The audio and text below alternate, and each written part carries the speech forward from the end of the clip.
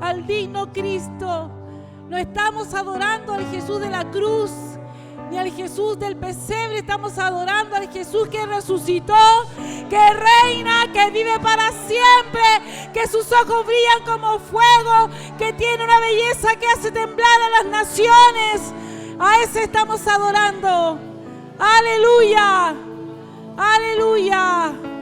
Te damos la gloria, Señor. Te damos la honra, Señor. Te damos la alabanza a ti, Señor. Aleluya, aleluya, aleluya. Bendito es el Señor. Qué bueno verles. Aquí tome asiento, por favor.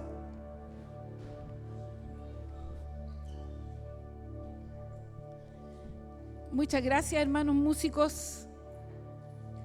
Bajen todos nomás porque yo me desconcentro cuando tocan. Ya les dije que tengo déficit atencional. Bienvenidos a la casa del Señor. Sinceramente creí que íbamos a ver menos porque hay un montón de familias enfermas y hace frío, pero estamos aquí con la gracia del Señor.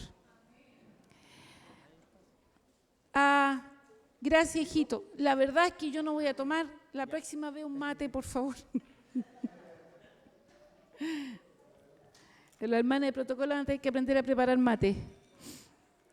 Bueno, antes de compartir la palabra, el pastor se va a sentar ahora con los niños en mi lugar, ¿ya? Ya, no sé dónde se fue, ahí. El pastor se va a sentar ahí, así es que el pastor les va a atender niños. A él le piden lápices y todo lo que me piden a mí. Me da tanto gusto ver a estos niños adelante adorando al Señor. De la boca de los niños. Yo los puse ahí, no para que ellos aprendan a adorar, sino para que usted aprenda a adorar como ellos. Así que espero que lo observe. Mire, yo me dio un poco de risa, pero después dije, en realidad esta es una estrategia del Señor. Mire este lindo sobre, luminoso, imperdible. Este sobre dice, voy contigo. Hace un par de semanas yo les conté que vamos a ir a la caravana misionera el 10 de mayo, para el Día de la Mamá, y que hay muchos que quieren ir pero no pueden, por trabajo, por compromisos, por estado físico, en fin. Pero hay otros que quieren ir y que pueden ir, que tienen el estado físico, tienen el tiempo, tienen la energía, pero no tienen recursos. Entonces yo les dije, ¿y por qué no hacemos un match entre los que quieren ir y no pueden y los que sí quieren ir y pueden? Entonces los que no pueden ir ayudan a los que pueden ir. ¿Qué les parece? Entonces la Carito ya está aquí adelante, ¿cierto? ¿Con quién? Ya. No, si yo les di indicaciones, así que rápidamente los que están asignados, por favor, eso. Vaya a tener con la pastora que aprender a andar adelantadita, Carito. No, sepárense las tres. Les dije, una ahí. Al medio, Carito, al medio. Se puso taco en la Carito, así que todos la ven. Entonces, yo quiero pedir, si usted quiere, porque esto es totalmente voluntario, apoyar a alguien para viajar. El candidato es anónimo para que esté no importa quién vaya. Entonces, si usted quiere, vamos a entregarle este sobrecito que no se va a perder, porque mire, es muy vistoso. Y la próxima semana usted trae aquí. Si quiere poner 1,000 pesos, amén. Son 1,000 pesos que el hermano que quiere ir no tiene. Si usted quiere poner un cheque de de $750 también, porque esa es la cuota. Así es que levanten la mano y las chiquillas raudamente van a ir a entregarle el sobre.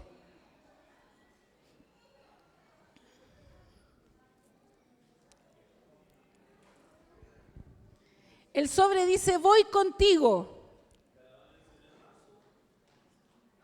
Mayo, dice pastor, mayo. Después tenemos otra en octubre, no se olvide.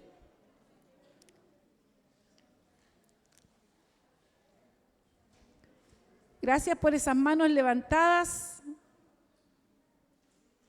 Espero que nos sobren los sobres.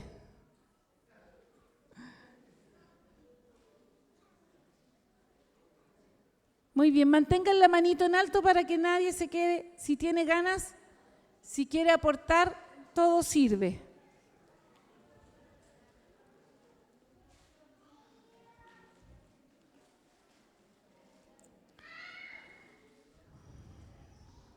Muy bien. Vamos a ver cómo se arregla esta cosa.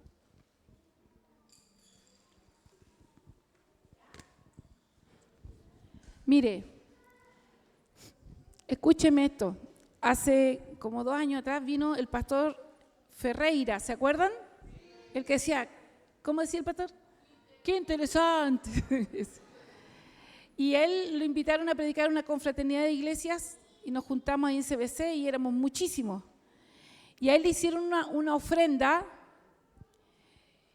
y se la entregaron en un sobre que se desarmaba adentro de una bolsa, era así.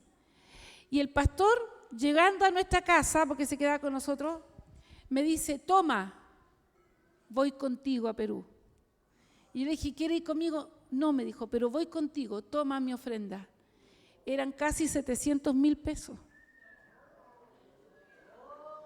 El Señor provee de maneras inesperadas. Yo no tenía esa plata en mi cabeza, ni menos en mi bolsillo. Pero los que fueron a la caravana conmigo se dieron cuenta de la necesidad que hubo especialmente en ese viaje. En fin, así es que, ok. Quiero compartir una palabra que el Señor puso en mi corazón una de estas madrugadas. Usted sabe que su pastora es pájaro nocturno y no me da vergüenza confesar lo que yo estoy bien despierta en la noche y en la mañana, por eso yo no oro en la mañana porque le diría pura lecera al Señor. Yo oro de madrugada, pero al otro lado, como a las 3 de la mañana por ahí, como a las 4. Y estaba despierta y el Señor pone una palabra en mi corazón, una frase, y la frase era, y el viento nos era contrario. Ya traté de darme vuelta para el otro lado y el viento nos era contrario. Ya, yo no soy tan, entiendo rapidito, así que me desperté, busqué en el celu la frase y me llevó a un pasaje que es el que quiero compartir hoy día, porque estamos en un periodo de la humanidad donde en esta nación chiquitita, en una esquina del mundo, parece que no nos afectara, pero ya hemos sido víctimas del alza del combustible y ahora que estamos comprando los pasajes a Perú, y le cuento todo lo que ha subido y todo va a seguir subiendo. Pero no solamente tenemos esta crisis a nivel mundial que está afectando a todos los países, ¿no? También estamos en crisis en nuestro país, esta crisis de inseguridad. Yo me conmoví ayer escuchar el relato de cómo una jovencita que conducía Uber por ponerse a discutir con otro conductor la atropellan y la asesinan.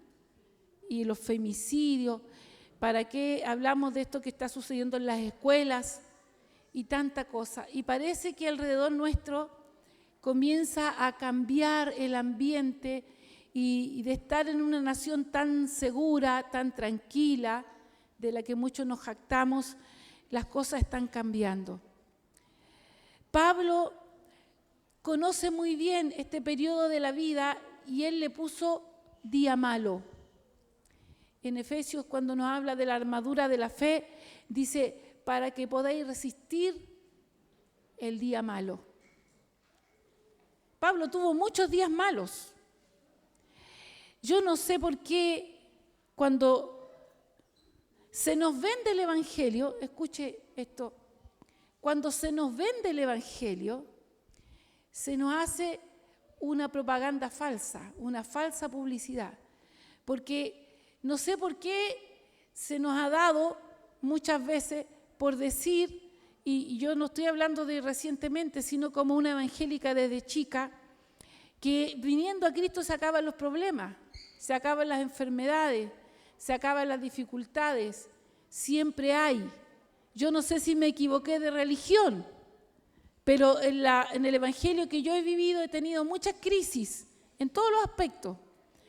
Y me he encargado de enseñarle a los niños que también ellos van a tener crisis en sus vidas. Porque cuando yo era niña pensé que si yo amaba a Dios y oraba y me comía toda la comida, a mí me iba a ir bien y nada malo me iba a pasar. Pero a los 9 años me encuentro con la muerte de mi padre, unos años antes con la muerte de una de mis abuelitas, luego la otra, y en fin. Y no estaba, me doy cuenta que obviamente a los 9 años no estaba preparada para la crisis, pero tampoco lo estaba mi mamá, que quedó viuda, y tampoco estaba la iglesia, porque nunca nos preparamos para el día malo. Siempre y ahora en este tiempo llega a molestar escuchar en las iglesias solo predicaciones motivacionales. El campeón que hay en ti y esto, y eso está bien, pero no siempre es así. Si somos honestos, ¿cuántas veces nosotros nos hemos visto en situaciones y no sabemos cómo reaccionar? Y nos decaemos, nos desanimamos, porque las crisis no solo son a nivel mundial o a nivel nacional, también las crisis son a nivel personal. Las crisis son tormentas que aparecen en nuestra vida. Y como le digo, Pablo relata sus crisis y dice que hay que estar preparado, pero una de esas crisis que él vivió la relata un amigo de él, un discípulo de él llamado Lucas, en el libro de los Hechos. Yo quiero invitarle a leer, hoy vamos a leer bastante, en Hechos, escrito por Lucas, Hechos 27, 1 al 26. Pablo había sido acusado por los judíos frente a los romanos. Y las autoridades romanas no encontraron ninguna culpa en él, pero las autoridades judías sí. Y él, como Pablo era un ciudadano romano, aunque era judío, decide apelar, es decir, hablar con otra autoridad superior su caso, su juicio. Y él dice que él quiere hablar con la máxima autoridad, que era el César. Entonces le conceden esto y lo mandan con un soldado romano, con un guardia, en una embarcación a Roma. Ahora, Pablo sabía que tenía que ir a Roma, él lo tenía claro. Cuando leemos en Romanos, la carta que le escribe a los romanos, esta frase que yo agarré para misiones, dice, soy deudor. Y en la carta le dice, he querido ir muchas veces, pero algo me lo ha impedido. Soy deudor a ustedes, les debo el Evangelio. Y como él tenía esta conciencia, entonces el Señor, a través de esta situación, lo lleva a Roma. Y el propósito entonces de este viaje era ir a Roma. Pero en este viaje suceden cosas muy difíciles. Y aquí aparece, y espero que lo descubra mientras leemos, esta frase que el Señor me habló. Y el viento nos era contrario. Cuando se decidió que navegaríamos rumbo a Italia, entregaron a Pablo y a algunos otros presos a un centurión llamado Julio, quien pertenecía al batallón imperial. Subimos a bordo de un barco con matrícula de Adramitio que estaba a punto de zarpar hacia los puertos de la provincia de Asia, y nos hicimos a la mar. Nos acompañaba Aristarco, un macedonio de Tesalónica. Al día siguiente hicimos escala en Sidón, y Julio, con mucha amabilidad, permitió a Pablo visitar a sus amigos para que lo atendieran. Desde Sidón zarpamos y navegamos al abrigo de Chipre, porque los vientos nos eran contrarios. Después de atravesar el mar frente a las costas de Cilicia y Panfilia, arribamos a Mira de Licia. Allí el centurión encontró un barco de Alejandría que iba para Italia y nos hizo subir a bordo. Durante muchos días de navegación, la navegación fue lenta y a duras penas llegamos frente a Gnido. Como el viento nos era desfavorable o contrario, para seguir el rumbo trazado, navegamos al amparo de Creta frente a Salmona. Seguimos con dificultad a lo largo de la costa y llegamos a un lugar llamado Buenos Puertos, cerca de la ciudad de Lacea. Se había perdido mucho tiempo y era peligrosa la navegación por haber pasado ya la fiesta del ayuno. Así que Pablo advirtió: señores, veo que nuestro viaje va a ser desastroso y que va a causar mucho perjuicio tanto para el barco y su carga como para nuestras propias vidas. Pero el centurión, en vez de hacerle caso, siguió el consejo del timonel y del dueño del barco. Como el puerto no era adecuado para invernar, la mayoría decidió que debíamos seguir adelante con la esperanza de llegar a Fenice, puerto de Creta, que da al suroeste y al noreste, y pasar allí el invierno. Cuando comenzó a soplar un viento suave del sur, creyeron que podían conseguir lo que querían, así que levaron anclas y navegaron junto a la costa de Creta. Poco después se nos vino encima un viento huracanado llamado nordeste, que venía desde la isla. El barco quedó atrapado por la tempestad, escuche. El barco quedó atrapado por la tempestad y no podía hacerle frente al viento. Así que nos dejamos llevar a la deriva. Mientras pasábamos al abrigo de un islote llamado Cauda, a duras penas pudimos sujetar el bote salvavidas. Después de subirlo a bordo, amarraron con sogas todo el casco del barco para reforzarlo. Temiendo que fueran a encallar en los bancos de arena de la Sirte, echaron el ancla flotante y dejaron el barco a la deriva. Al día siguiente, dado que la tempestad seguía arremetiendo con mucha fuerza contra nosotros, comenzaron a arrojar la carga por la borda. Al tercer día, con sus propias manos, arrojaron al mar los aparejos del barco.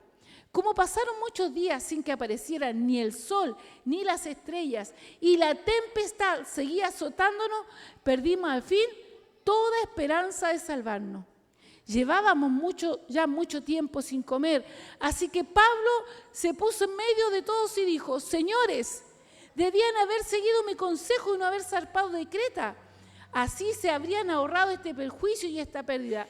Pero ahora los exhorto a cobrar ánimo, porque ninguno de ustedes perderá la vida, solo se perderá el barco. Anoche se me apareció un ángel de Dios a quien pertenezco y sirvo y me dijo: no tengas miedo, Pablo, tienes que comparecer ante el César y Dios te ha concedido la vida de todos los que navegan contigo. Así que ánimo, señores, confío en Dios que sucederá tal como se me dijo. Sin embargo, tenemos que encallar en alguna isla. Qué larga la lectura, pero necesito ponerlos en contexto. Pablo es llevado por Julio, este romano, junto con otros presos, a Roma para ser enjuiciado. Yo estaba leyendo que, según la historia, muchos de los que iban ahí, de los presos, iban a terminar siendo el festín de los leones en el circo romano. Qué tremendo saber esto de la historia. Bueno, Pablo es avisado por el Señor que algo iba a pasar y él le dice al capitán: no zarpemos. Pero lo que pasa es que, mire, Pablo era judío. Lo habían acusado por predicar una doctrina antijudía. Ese era el juicio, el cargo de culpabilidad de Pablo. Entonces el romano dijo: este es un religioso. Como habían tantas religiones y a todas se les catalogaba de superstición, no pescaron a Pablo. Para el romano o para el capitán del barco no era Pablo el apóstol, era un preso. Era un preso. Quiero que piense que Pablo iba en este barco como un preso, un condenado o uno que iba a ser condenado. Dice la palabra del Señor que en este viaje hubo muchas tempestades constantes. Entonces yo quisiera que a través de este relato descubramos algunas maneras de cómo deberíamos nosotros enfrentar cuando los vientos nos son contrarios. Es muy fácil navegar en aguas tranquilas, en un hermoso velero, con el viento a nuestro favor. Yo quiero que recuerden que estoy hablando de una embarcación donde iba Pablo que tenía un mástil y una vela, que no tenía motores y que la única manera de avanzar era a través del viento. Entonces, cuando el viento es contrario, significa que no hay avance, hay retroceso. Y la primera cosa que podemos aprender aquí en esta situación de Pablo es que Pablo sabía que tenía que ir a Roma. Pablo tenía claro su objetivo. Pablo sabía la razón de ese viaje.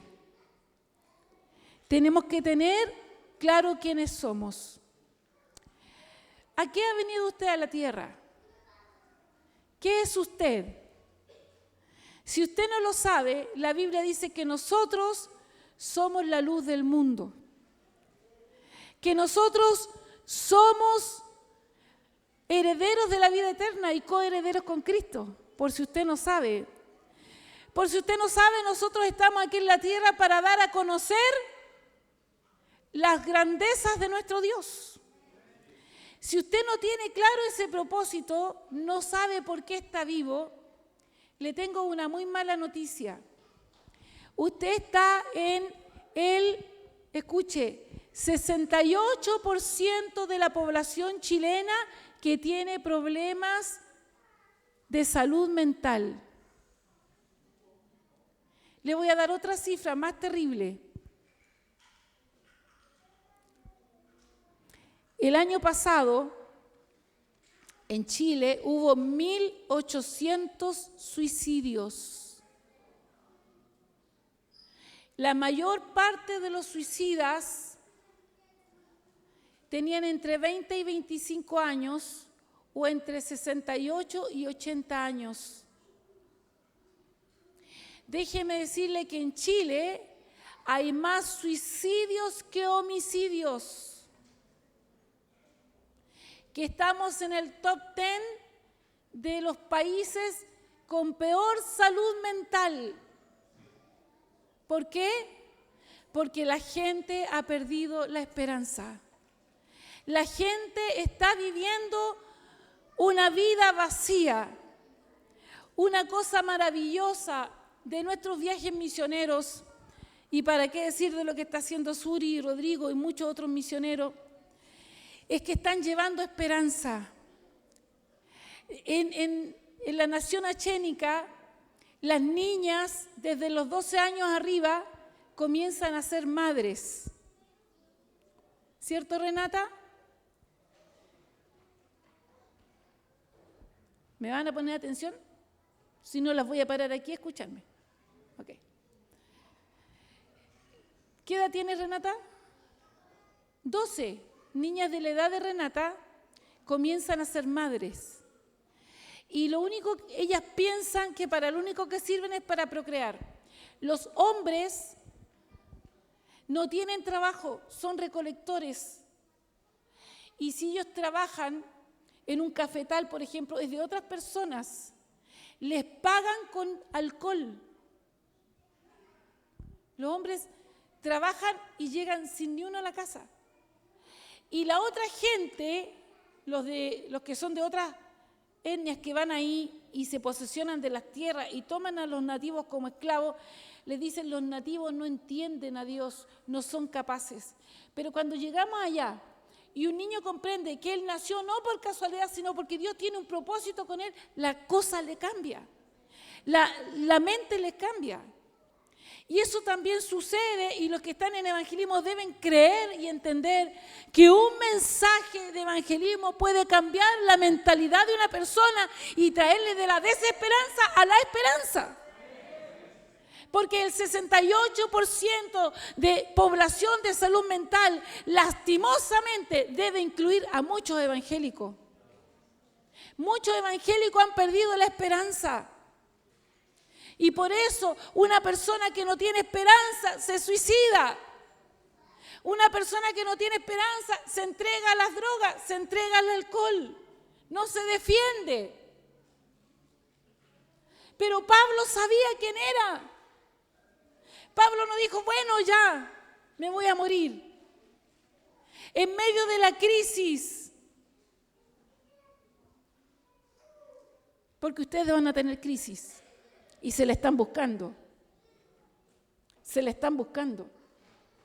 En medio de la crisis, si tú no sabes quién eres, si tú no sabes que Dios te llamó a ser santo y no se juega con eso, si tú no sabes que Dios te llamó para ir a las naciones, si tú no sabes que Dios te llamó para el ministerio, si tú no sabes que Dios te llamó para hacer esperanza en tu familia, tú te vas a caer en la crisis y te vas a deprimir como cualquier mundano. No hace mucho yo escuchaba un matrimonio cristiano con tantos problemas y yo los escuché y ustedes me conocen, yo les voy a decir, ay, pobrecito, le dije, ustedes me están hablando como si fueran cualquier mundano. Cristo se fue de sus vidas. Todo está malo. El matrimonio se va a acabar y todo está malo. Y eso es lo que Satanás quiere. Porque en medio de la crisis, Satanás quiere que miremos lo que el mundo mira. La gente que estaba allí con Pablo tiene que haberse quejado, tiene que haber gritado, tiene que haberse desesperado, porque las olas entraban al mar, porque el barco crujía, porque no había un destino, porque estaba nublado. ¿Cuál era el instrumento de navegación de ese tiempo? Las estrellas. Pero si está nublado, no hay dirección. No hay dirección. Entonces, perdieron la esperanza. Y todos pueden perder la esperanza, pero había uno que decía, no, yo tengo que ir a Roma. Yo voy a llegar a Roma. Yo sé quién soy. Yo voy a llegar a Roma. Pablo sabía quién era. Vamos a mirar en Hechos 26, del 15 al 18. Pablo aquí está relatando su conversión. Quiero que escuchen lo que él dice. Le está diciendo a los que lo están juzgando. 28 del 15. Entonces pregunté, bueno, vamos a leer del 14, disculpen. Dice, todos caímos al suelo y yo oí una voz que me decía en hebreo, Saulo, Saulo, ¿por qué me persigues? Solo te haces daño a ti mismo. Usted ha escuchado ese versículo, ¿verdad? Entonces pregunté, está hablando Pablo de su encuentro con Jesús. ¿Quién eres, Señor? Yo soy Jesús, a quien tú persigues, me contestó el Señor. Ahora ponte en pie, me he aparecido a ti con el fin de designarte siervo y testigo de lo que has visto de mí y de lo que te voy a revelar. Te libraré de tu propio pueblo y de los no judíos.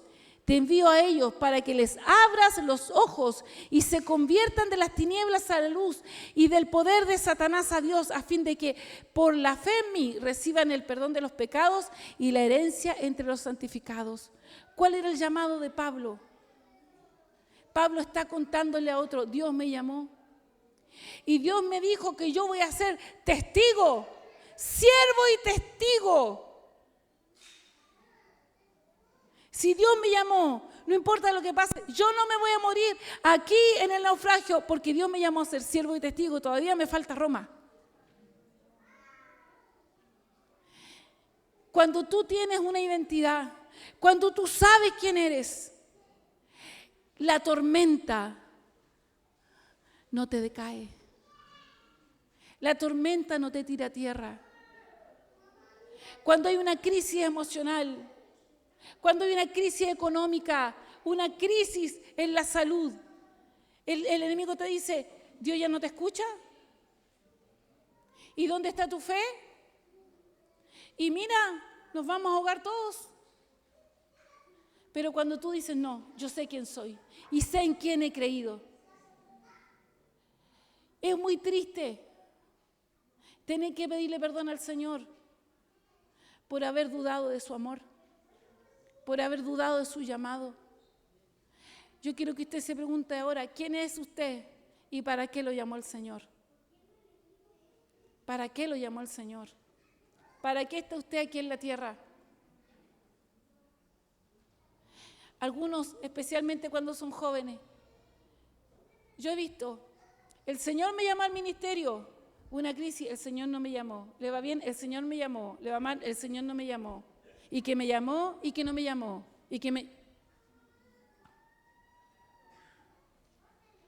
Y que soy y que no soy.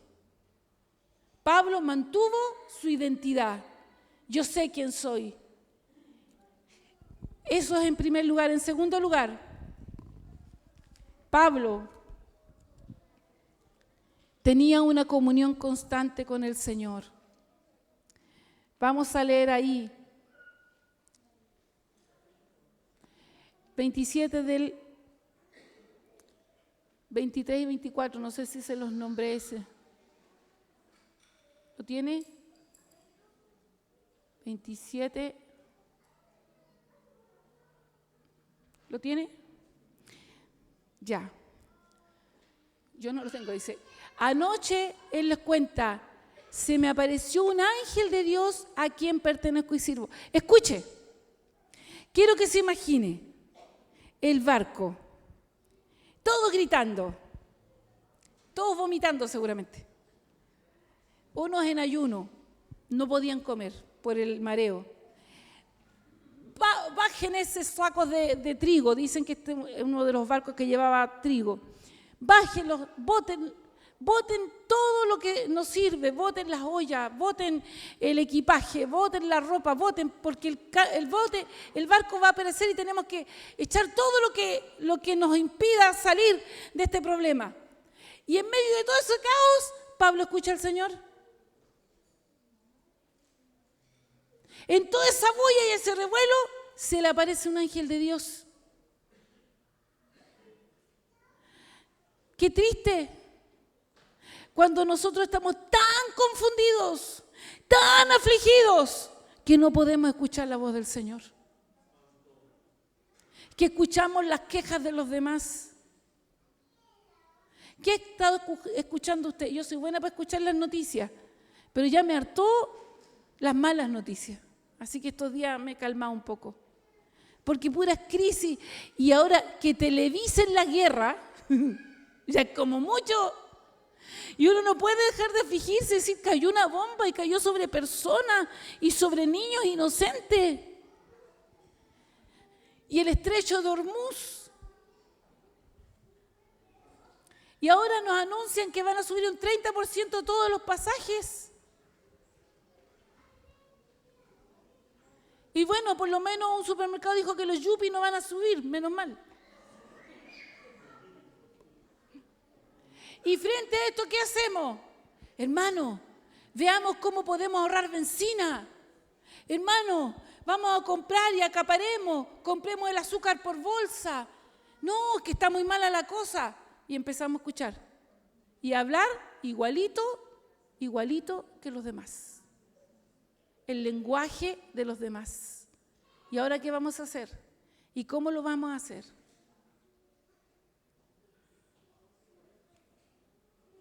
Yo no digo que usted siga gastando como si tuviera, pero tampoco tenga miedo. Porque yo le aseguro que el Señor no está mirando para el lado cuando a esto otro se le ocurre armar una guerra. Estoy segura de que Dios tiene un plan y que ya lo ha hecho andar. Y sabe que Él quiere contárselo a usted. Él quiere decirlo. No sé dónde está Marco. Ah, ya. Pero está la Andrea, está Moisés, está por ahí, allá. Y está la Monse. Escuche. Hace un poco más de un año yo le hablé a estos matrimonios y después lo dije en público. Viene una crisis. Enséñele a sus hijos a vivir con menos, ¿sí o no? ¿Sí o no, Moisés? ¿Por qué yo sabía que venía una crisis? Y está comenzando. ¿Por qué a mí Dios me dijo que había una crisis? ¿Por qué le dije, hermanos, tomen a sus niños, y hábleles de la finanza y enséñenles a vivir con menos, ¿sí o no? En medio de la crisis, el Señor te quiere hablar. El Señor quiere darte detalles, eres su hijo. No quiere dejarte en blanco, no te quiere dejar colgado. El Señor quiere darte detalles.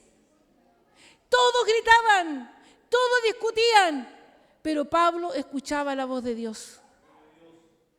¿Escuchas tú la voz de Dios en la crisis? Cuando la esposa te dice, no sé qué vamos a hacer, viejo. Estamos hasta el cuello.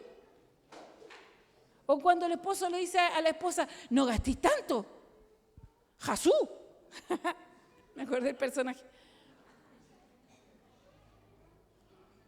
¿En qué está pensando usted? ¿Qué está escuchando? ¿Hay una voz de Dios para usted que le diga, tranquilo? Anoche se me apareció un ángel de Dios. ¿Le habla el Señor a usted en las crisis? ¿En medio de una pérdida? ¿En medio de una enfermedad? ¿Le habla en la crisis?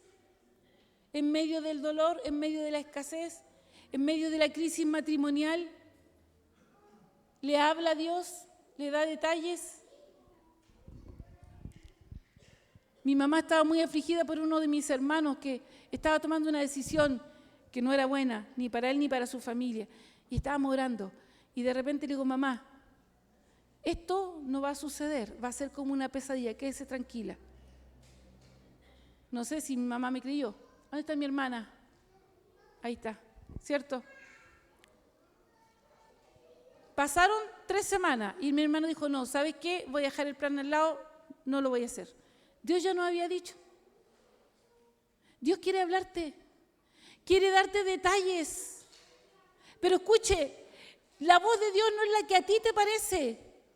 Es cuando tú tienes una certeza y una certeza tan grande que Pablo fue capaz de pararse en medio de la tormenta y decirle, Dios me habló. En medio de la crisis, ¿es capaz usted de decir, Dios me habló? Pararse en medio de la casa, en medio de la iglesia, en medio del trabajo, en medio de la oficina y decir, no se preocupen, Dios me habló.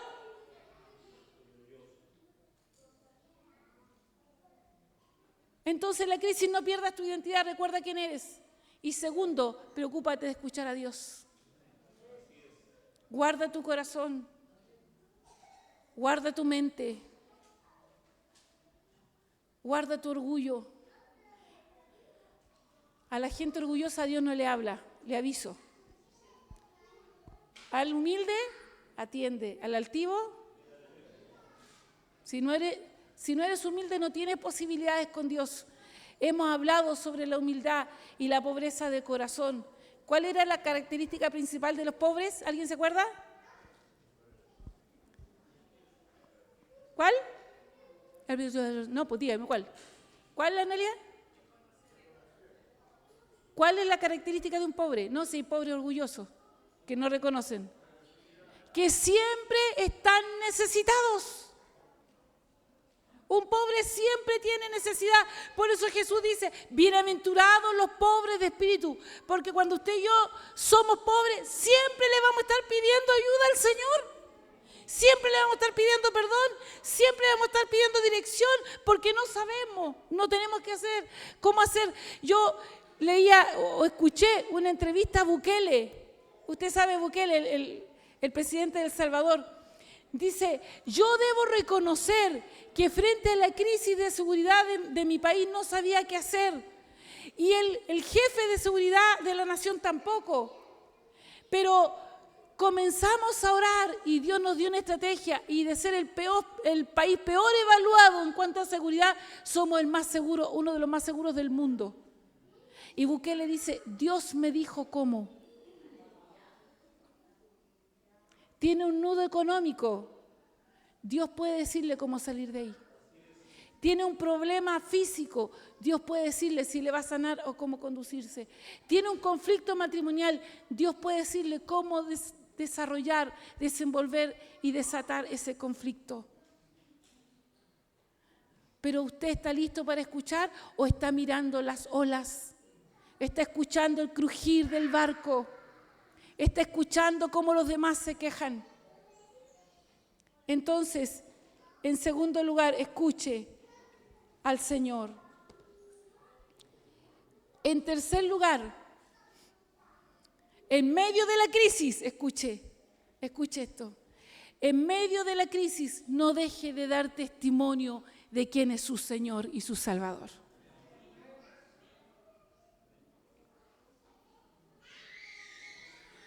Pablo no estaba en una videollamada desde el puerto a este barco que se estaba hundiendo. Pablo no estaba en una embarcación gigante, segura, al lado de este barquito. Pablo estaba con ellos. Pablo estaba viviendo la misma crisis que ellos. Es fácil dar consejos desde la otra vereda, ¿o no? Es fácil. Mire, yo especialmente de pastora joven, me frustraba porque me decían, ¿usted qué va a entender si usted nunca ha pasado por eso? Y tenían razón.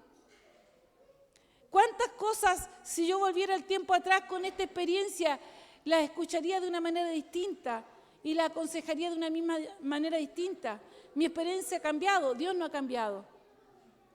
Pero cuando están todos en el mismo barco, qué difícil es pararse y dar un consejo. Cuando usted tiene una crisis matrimonial y tiene que animar a un matrimonio a mejorarse. Qué difícil es dar un consejo a un enfermo cuando en su familia hay alguien enfermo. Qué difícil es pararse y predicar la palabra cuando sus hijos están en desobediencia, en rebeldía. Qué difícil es hablar de fe cuando usted no tiene trabajo. Pero Pablo está hablando en medio de la crisis que él también estaba viviendo, él también estaba en peligro, él también escuchaba las olas, él también sabía que podían morir a causa del naufragio. Pero él se paró y dio testimonio. Qué tremendo este Pablo.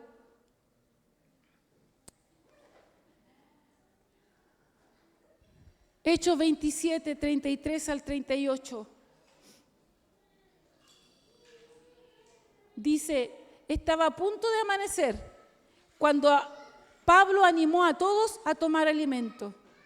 Hoy hace ya 14 días que ustedes están con la vida en un hilo y siguen sin probar bocado.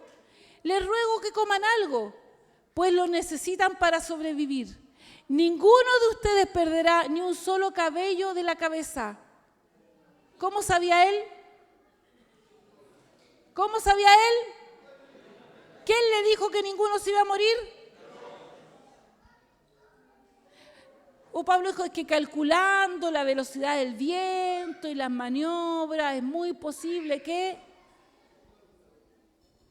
en contra de toda lógica, Pablo dice, yo tengo una palabra del Señor. Ninguno se va a morir. Y mire, escuche. Dicho esto, el 35, tomó pan y dio gracias a Dios delante de todos. Luego lo partió y comenzó a comer. Imagínense el barco tambaleándose, todos gritando, llorando, orando a sus propios dioses. Y Pablo les dice, coman. Probablemente la mayoría, si no todos de los que estaban en ese barco, en ese rato, guardaron silencio, agacharon su cabeza y escucharon la oración de Pablo de gratitud a Dios por el alimento.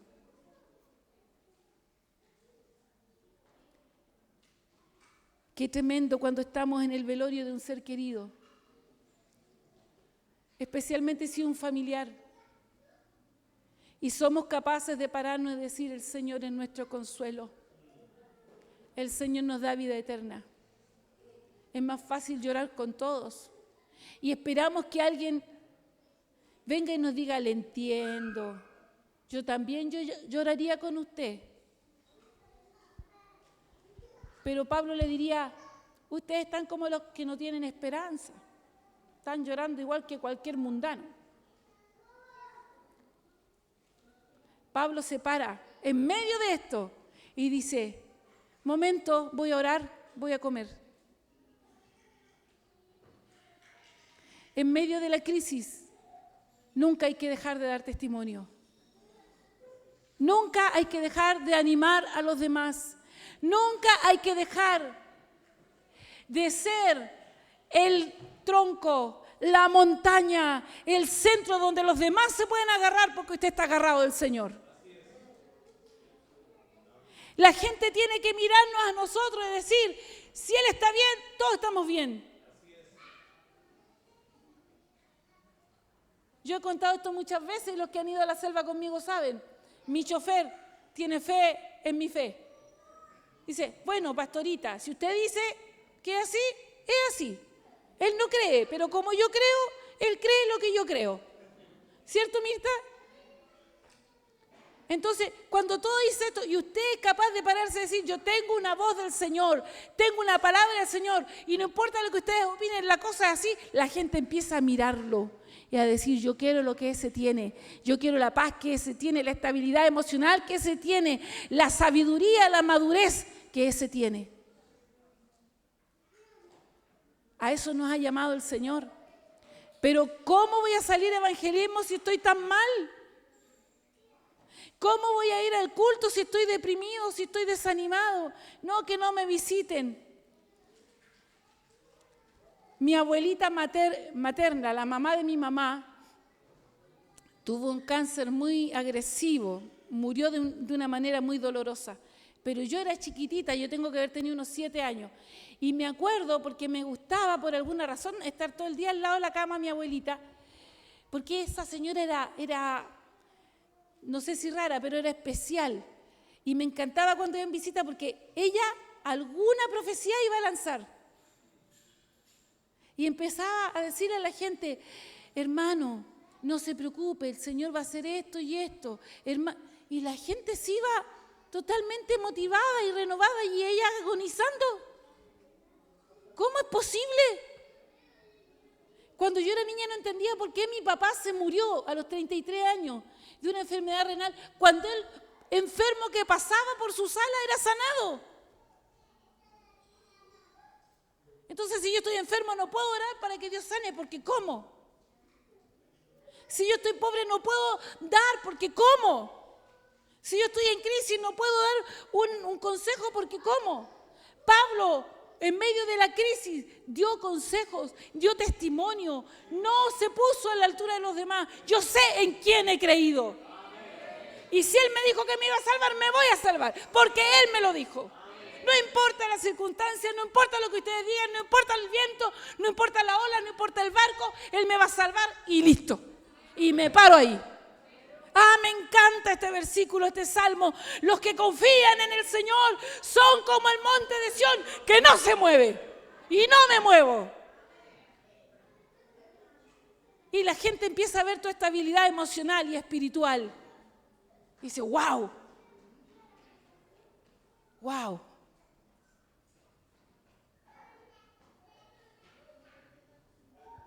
Yo anhelo con todo mi corazón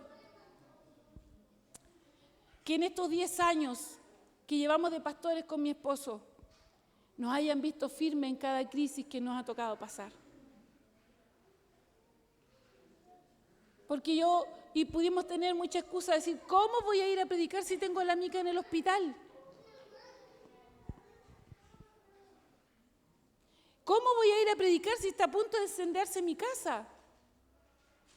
Si los papás del pastor están enfermos, se cayó, tiene que ir. La mamá de la pastora, otros problemas. ¿Cómo van a predicar? Espero que no hayan visto. Y espero que nosotros le hayamos demostrado a usted en quién hemos creído y a quién servimos. Pero ahora usted tiene que hacer lo mismo. ¿Qué ven sus hijos en las crisis? ¿Quejas? ¿Llantos? ¿Críticas? ¿Qué ven los hijos en la crisis? ¿Qué ve su familia en la crisis? ¿Qué ven sus compañeros de curso en la crisis? ¿Qué están viendo? Párese y dé testimonio. Entonces dijimos, en medio de la crisis, cuando el viento es contrario, en primer lugar hay que tener claro quiénes somos. En segundo lugar, tenemos que tener una comunicación expedita con el Señor.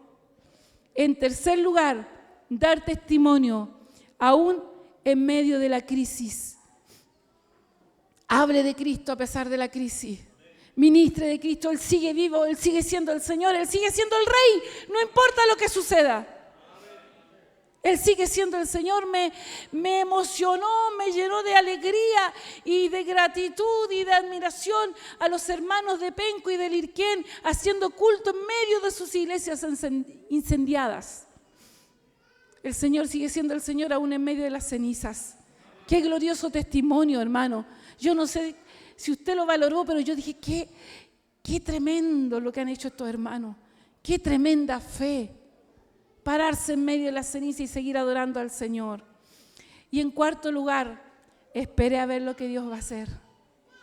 Porque la tormenta no es el fin. La tormenta no es el fin. Dios cumple sus promesas.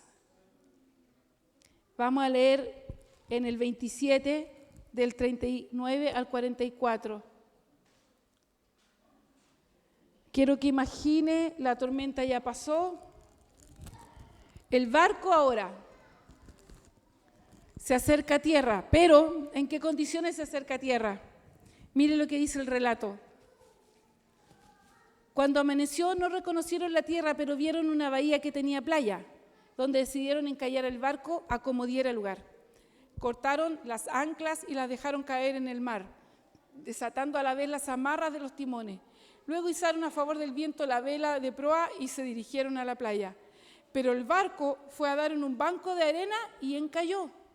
La proa se encajó en el fondo y quedó varada, mientras la popa se hacía pedazos al embate de las olas. Encontramos tierra, pero ¿en qué condiciones? Las salidas que Dios tiene no siempre son como uno espera. Dios no actúa por sugerencia nuestra. Nunca se le ocurra sugerirle a Dios una solución. Porque tengo un problema y yo pensé que el Señor iba a tocar a la hermanita tanto para darme. Y no la tocó. Dios no cumplió mis expectativas.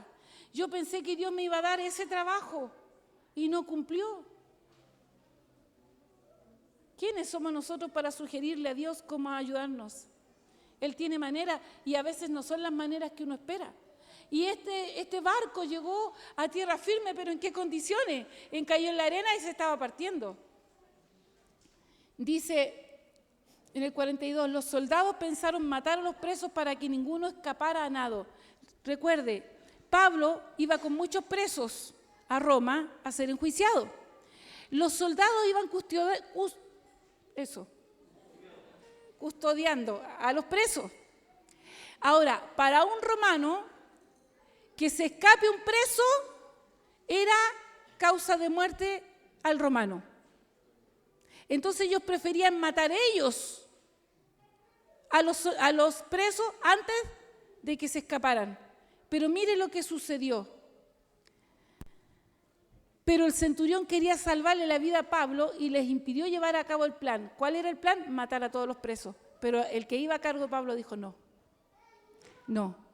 Dio orden de que los que pudieran nadar saltaran primero por la borda para llegar a tierra y de que los demás salieran valiéndose de tablas o de restos del barco. Lea conmigo esta última frase. De esta manera todos llegaron sanos y salvos a tierra. 273 personas. Comienza el viaje. ¿Cuántos hay? 273. En medio de la tormenta, ¿cuántos hay? 273. Llegamos a Puerto Seguro, todos en la playa. ¿Cuántos son? 273. Ahora escucha esto, que me encantó leer, que tiene que ver con el contexto cultural. Para los griegos y para el romano y los fenicios, porque luego llegan a una isla fenicia, que alguien se haya salvado de una tormenta, de un naufragio, significa que era inocente.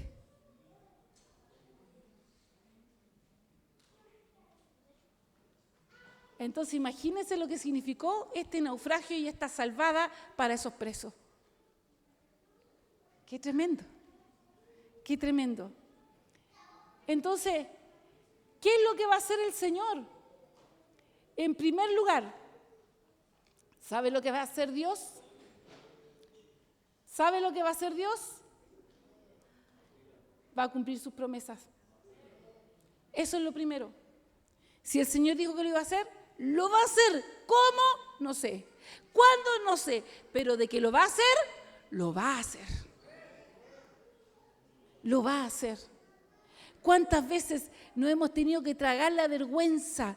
Porque nos preocupamos, nos afligimos, lloramos, hablamos, pataleamos y el Señor dice, ya toma, ahí está. ¿Sí o no? ¿Cuántas veces? Lloró, pataleó, relinchó, habló, criticó, lloró. Y después las cosas... Y yo muchas veces que he acompañado a los hermanos con crisis, especialmente a los hermanos, les he dicho, ¿y por esto llorabais tanto? Qué mal que no esté la Jessica, si no le hubiera dicho en su cara. ¿Y lloraste tanto? ¿Qué te dije? Ahí estoy mirando a otra. Y por ese departamento llorabais tanto. Mira, ahí está. Qué vergüenza, ¿no? Si hubiéramos creído, no hubiéramos evitado llanto, depresiones, enfermedades, enojo, préstamos, si hubiéramos creído. Pero, ¿sabe, hermano? Las promesas del Señor se cumplen. Y déjeme leer el epílogo de este naufragio, que yo no puedo creer que todavía a esta altura de mi vida no seamos capaces de ver el Dios al que servimos. Capítulo 28. Una vez a salvo, nos enteramos de que la isla se llamaba Malta, una isla fenicia. Los isleños nos trataron con extraordinaria bondad. Encendieron una fogata y nos invitaron a acercarnos porque estaba lloviendo y hacía frío. Quiero que escuche con mucha atención este relato. Quiero que lo lea y lo escuche. Sucedió que Pablo recogió un montón de leña y la estaba echando al fuego cuando una víbora que huía del calor se le prendió en la mano. Al ver la serpiente colgada de la mano de Pablo, los isleños se pusieron a comentar entre sí: sin duda este hombre es un asesino, pues aunque se salvó del mar, la justicia divina no va a consentir en que siga con vida.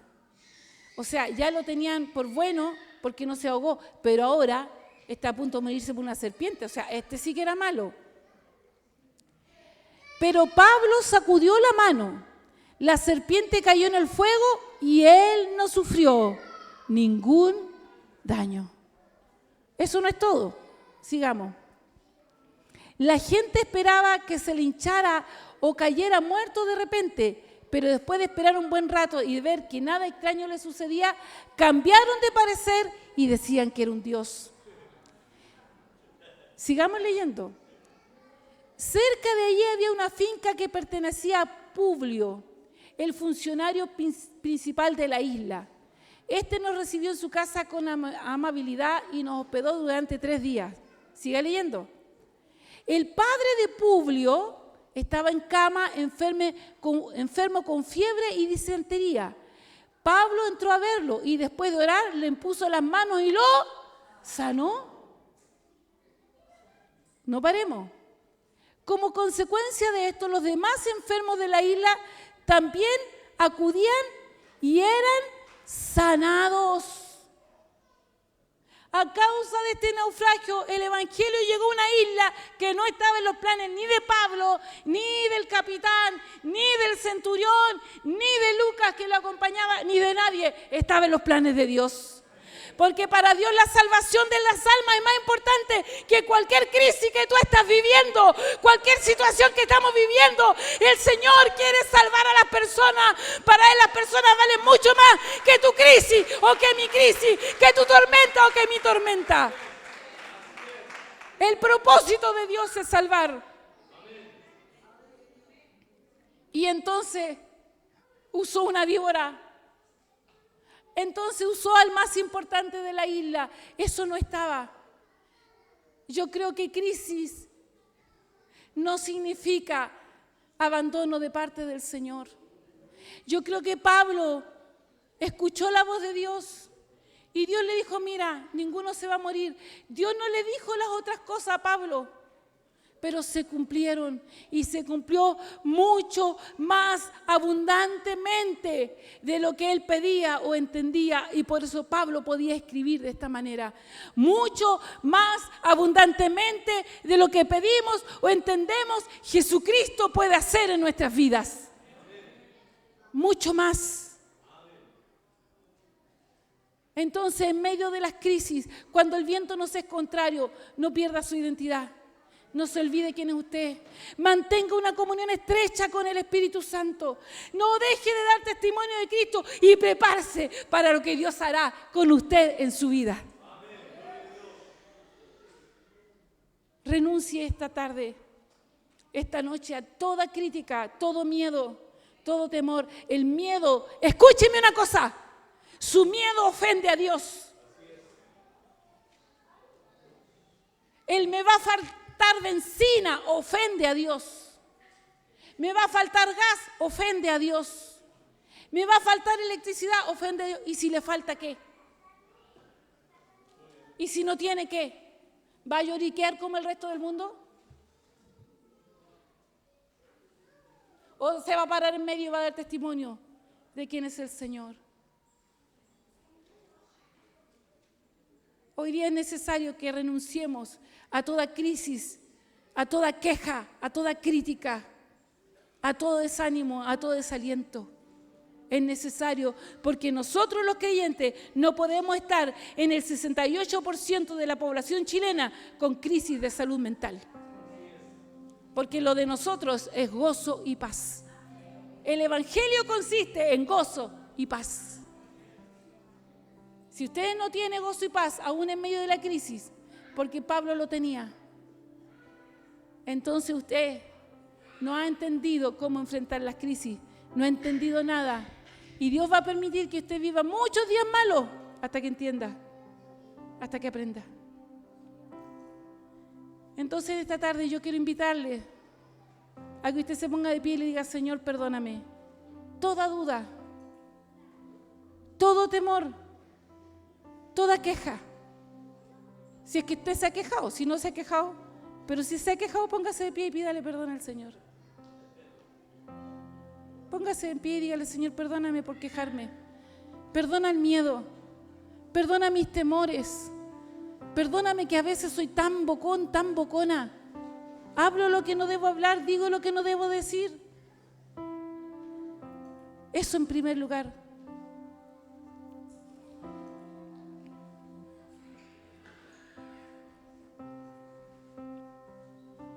¿No tiene trabajo? ¿Cuál es su miedo? ¿Está enfermo? ¿Dónde está Dios? ¿Hay crisis matrimonial? ¿Qué pasó con las promesas del Señor? ¿No está dando testimonio de Cristo? ¿Porque está igual que ellos? Entonces, ¿cuál es la diferencia? Entonces, ¿cuál es la diferencia?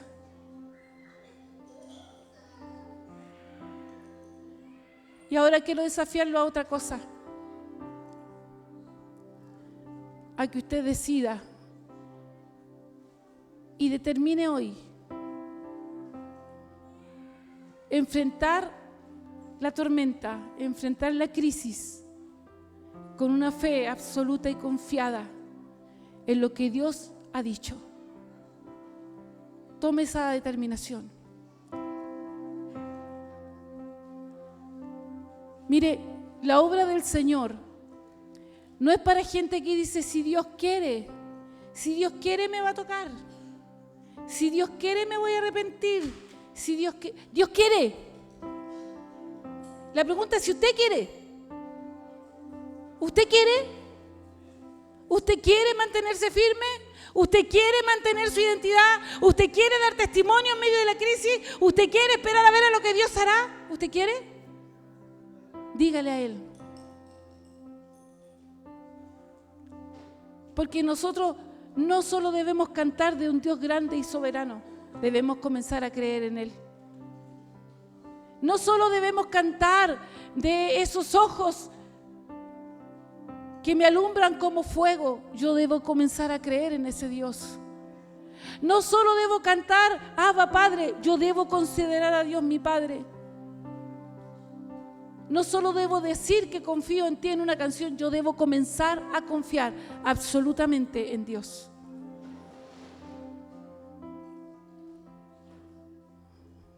Y perdone que en medio de esta crisis no hay una palabra que le diga, no, no se preocupe, a usted no le va a faltar. Nos va a faltar. Perdone que no le diga, no, usted no se va a enfermar. Nos vamos a enfermar. Perdone que no le diga, no vamos a tener conflicto. Vamos a tener conflicto. Pero en medio de eso, Él sigue siendo el Señor. Él sigue siendo el Rey. Entonces tome una determinación. Porque el mundo nos está mirando. Y el mundo necesita mirar gente estable, emocional y espiritualmente. El mundo necesita ver a alguien que dice que cree y que actúa en consecuencia de lo que dice. Yo no sé si usted le va a poder ir al Señor a decir, Señor, es que mira lo que estoy viviendo en la casa. ¿Cómo quieres que te alabe? ¿Cómo quieres que ore? Mira todo lo que me está pasando. Sería una gran vergüenza para el Espíritu Santo que vive en nosotros. Así que hoy, déjeme decirle que aunque el viento no sea contrario, el Señor está en medio y tiene un plan perfecto que va a cumplir porque Dios cumple sus promesas. Yeah. Hey, I was stuck inside that grave a long time. Didn't think I'd make it through those long nights. But you never late, you always on time. Remember when you got me out there? You got me out there. And now I see your blessings every day.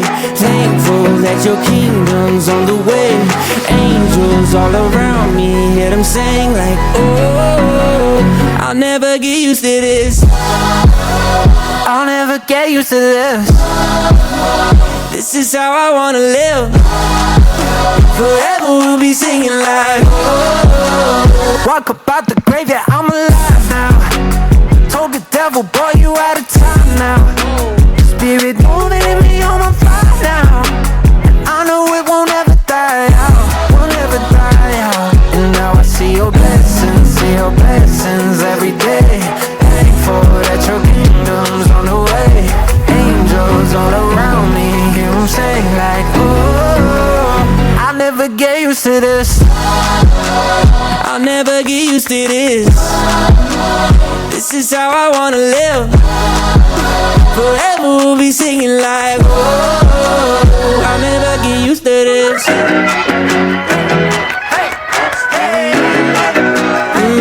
Yeah. From the morning to the evening.